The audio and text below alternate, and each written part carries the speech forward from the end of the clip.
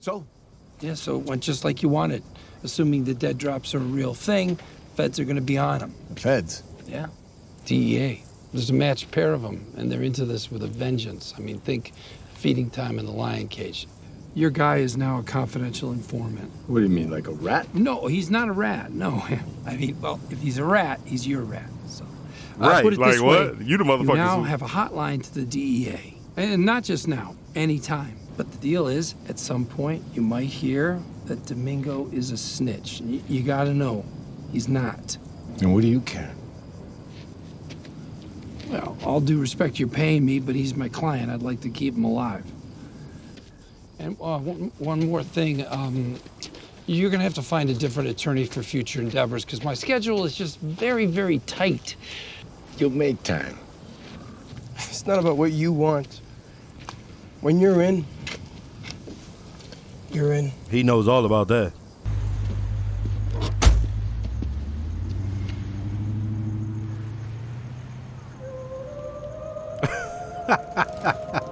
Tragedy.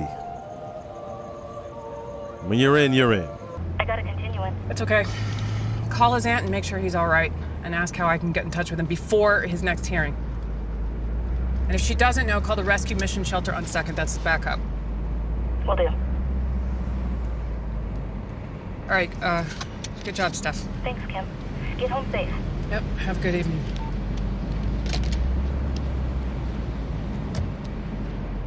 She going back?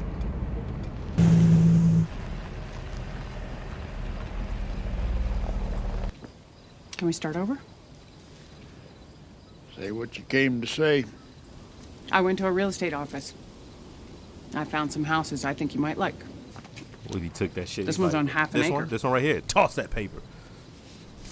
And this one is older, but it has a really good view. I know moving's a big deal. I'd like to help you out with that myself, if that's all right with you. I can take off any day this week. I'll pay for it out of my own pocket.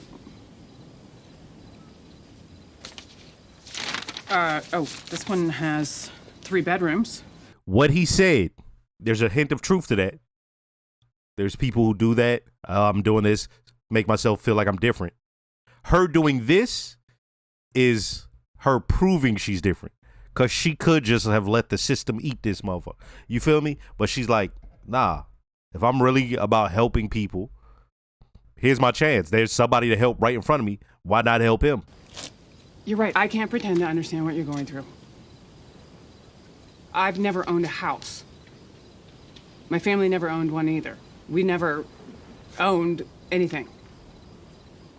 When I was little, my mother used to shake me awake in the middle of the night, yelling it was time to go. She was always one step ahead of the landlord. I'd throw my things in a cardboard box and run outside in my pajamas and bare feet. Sometimes it was so cold, my toes turned blue. If we'd had a house, I never would have wanted to leave. You'll say anything to get what you want, won't you?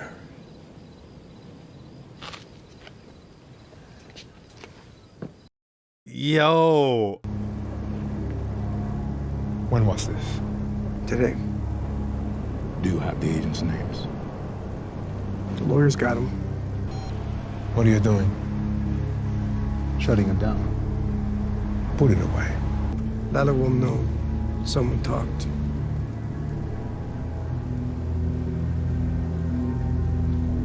So they're going to have to bite the bullet, so to speak. The dead drops remain.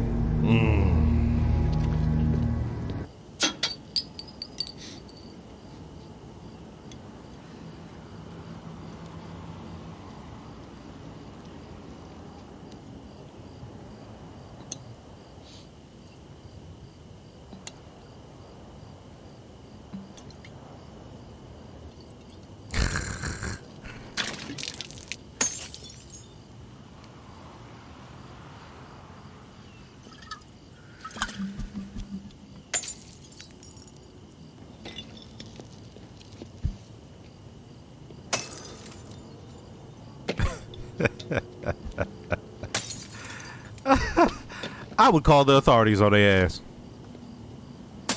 I'd just be like, doop, doop, doop. Hello? There's 2 white people throwing bottles above me. So, Kim, let's start with early on. We see that bottle sitting there on the edge. Jimmy places it there, and you see her looking at it. It's bothering her. He's on the edge. It's bothering her. And she goes and attempts to fix it. She grabs the bottle. Jimmy didn't even think nothing of it, right? Boom. Okay, let's leave that there. So now we see Kim. She's doing her pro bono work. And the partner, Schweikert, he's like, hey, I don't know what's going on here. You got stuff to do that, keeps the lights on. So handle that. And the look on her face was weird for me because it was this thing of when adults act like they don't know that what they did was wrong. It's like, come on, you knew at some point this conversation would be had. You got to go deal with that, right? You got a partner calling you 2 times and sending in one of your underlings in there. Okay. So she goes out there to handle it. Now, this was important and a dope back and forth for me. The reason it was dope was because at no point was that man trying to hurt her with his words. He was just calling it how he saw it. At no point is Kim attempting to hurt him. We already know this. She's just trying to get her job done. So when she's coming there to get her job done, all he sees her is some foul gremlin trying to steal my land. I got 70 more years.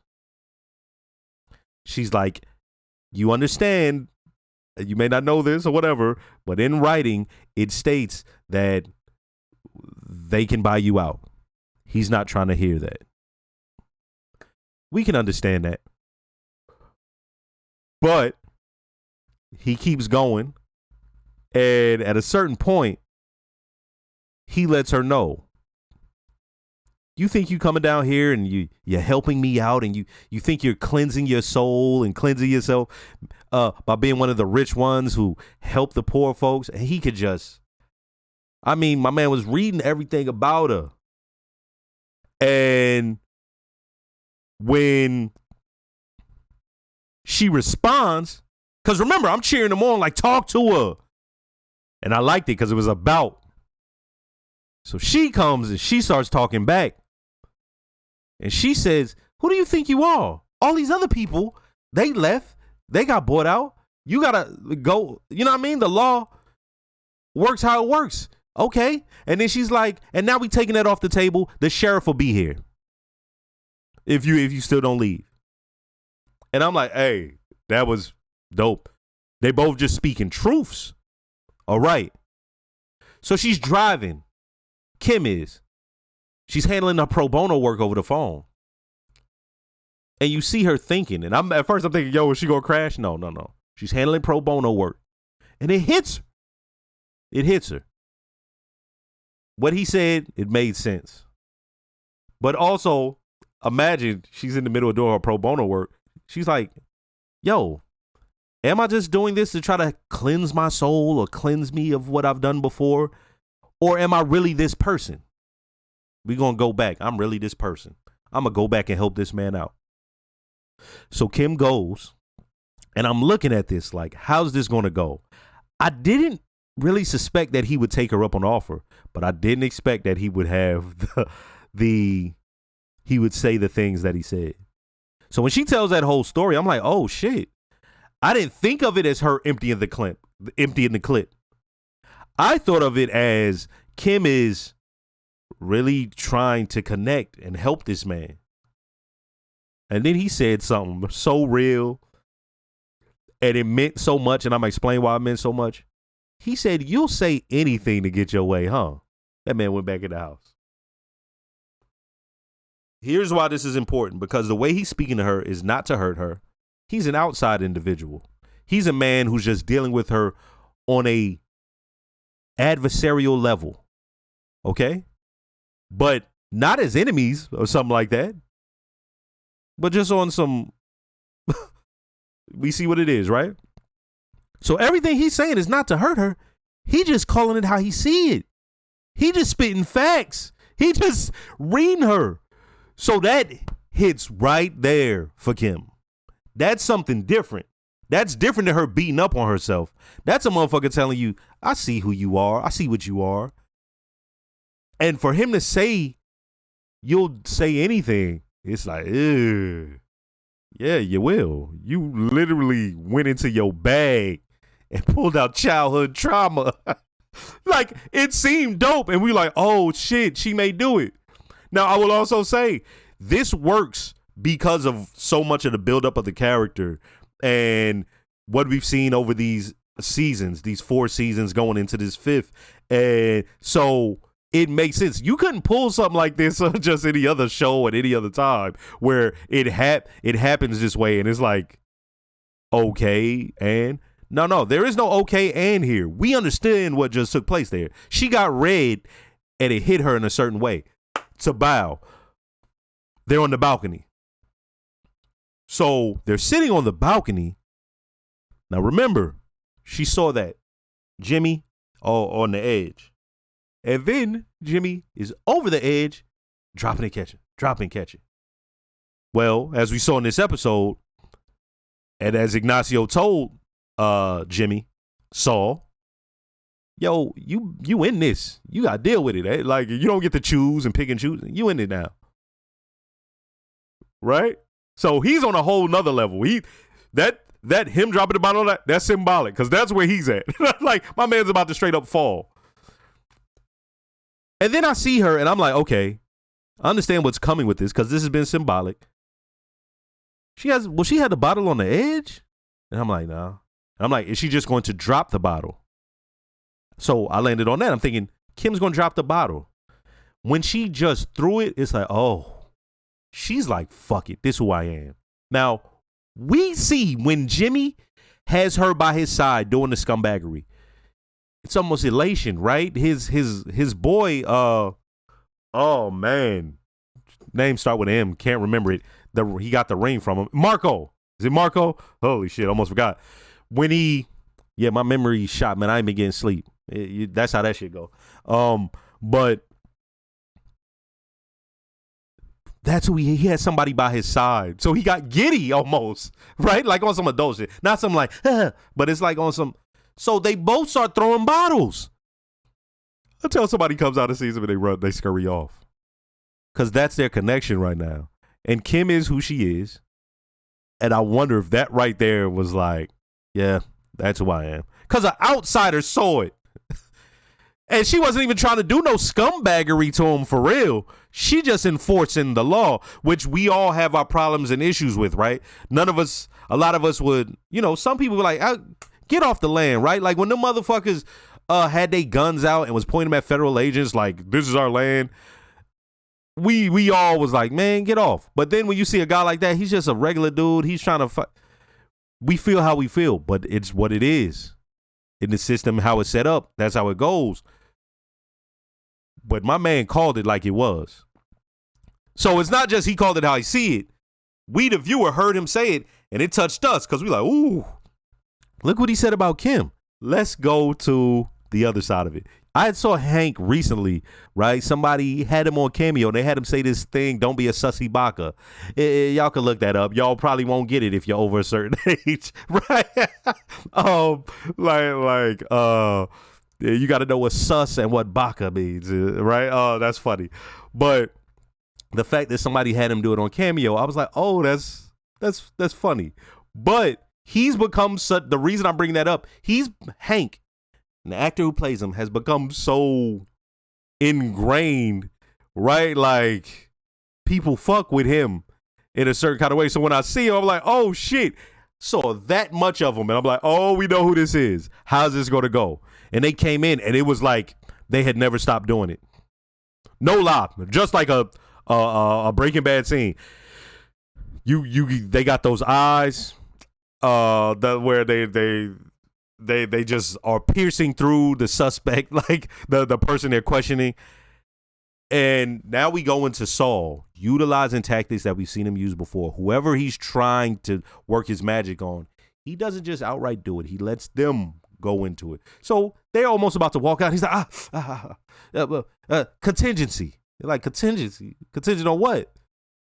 And he's like, if y'all find what we talk about, and they like, arrests.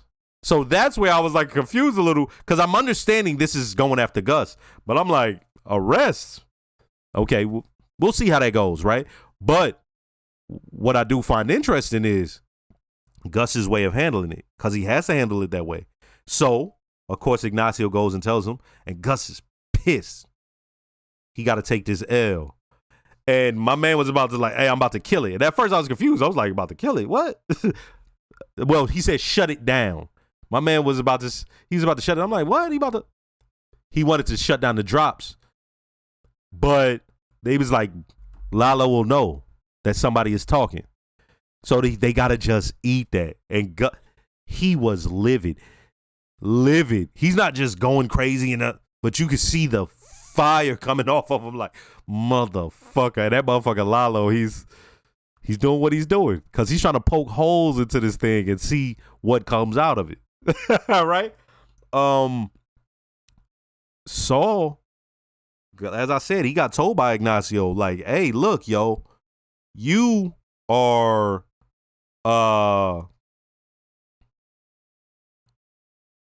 you're in this. We don't really get to choose this, right? And as I said, he would know about that, right? And now, like I said, when you see Saul doing this with the bottle on the side, well, Jimmy, the bottle over the edge, that's where he's at. This isn't just the bottle on the edge no more. He's over the edge. He's gone past. So when he comes back and that ice cream is melted and it's just ant swarmed on, yeah, he's inside. He's inside. And we see what that becomes of, but it's going to go deeper because we got another season after this one. All right. Mike. Yeah, Mike is hurt. Between Ziegler and his son, and which I wonder if he ever will deal with those issues, or if we just never got to see that within him in Breaking Bad, or will we see him deal with them, right?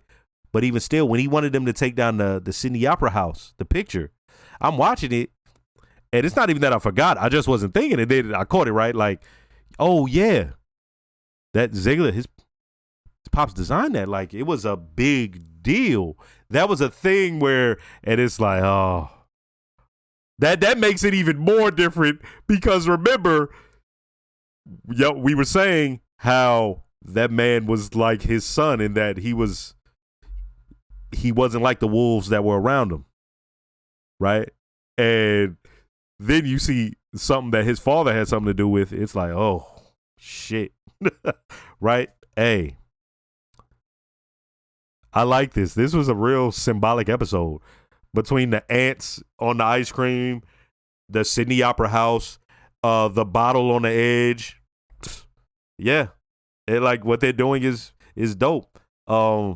It's really important shit. And I wonder, once again, because I said this early on, I wonder when people watch this, how much of this they're getting. And I know a lot of people dropped off before they got to this point, but I wonder how much they are taking from it. Because I'm assuming there's people who see something different in this, and then there's, of course, the intentions of the showrunners. So I'm not saying what I'm saying is correct. I'm just saying that's what I got out of it. You feel me?